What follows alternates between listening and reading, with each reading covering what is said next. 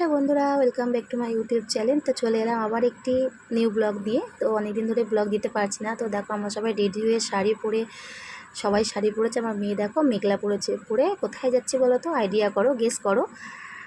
ভিডিওটা স্কিপ করলে চলবে না, ভিডিওটা দেখতে থাকো, তাহলে বুঝতে পারবে আমরা কোথায় যাচ্ছি।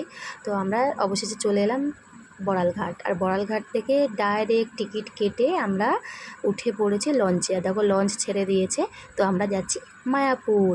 তো আর দেখো কি সুন্দর আমাদের স্বরূপগঞ্জ ঘাটটাকে দেখছি, যে এতটা চলে এলাম সেটাই জুম করে তোমাদের দেখাচ্ছি। আর দেখো এদিকে আকাশের অবস্থাটা কি দারুণ দারুণ লাগছিল, যার জন্য আমি ভিডিওটা করলাম।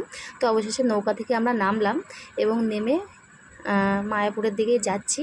তো অনেকটা হাঁটতে হয়। তো এসে দেখছি টোটোও পেয়ে গেছি দান। তো টোটোতে উঠে পড়েছি। আর আমরা যাব, আজকে অনেক মজা করব। তার জন্য সবাই শাড়ি পরেছি। খুব শখ ছিল শাড়ি পরে তিলক পরে মায়াপুরে আসব।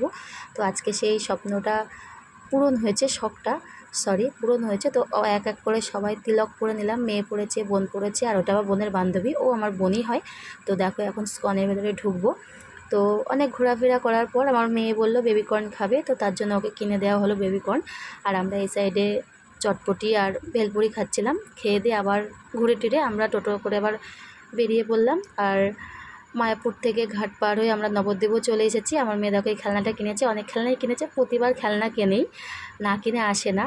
আর যেহেতু অনেকটা রাত হয়ে গেছে, তার জন্য ডিনারের জন্য আমরা বিরিয়ানি পার্সেল করে নিয়ে নিয়েছি দোকান থেকে। আর অবশেষে আমরা বাড়িতে চলে এসেছি। ব্লগটি ভালো লাগলে লাইক কমেন্ট শেয়ার করে দিও। আজকের মতন বাই, টাটা।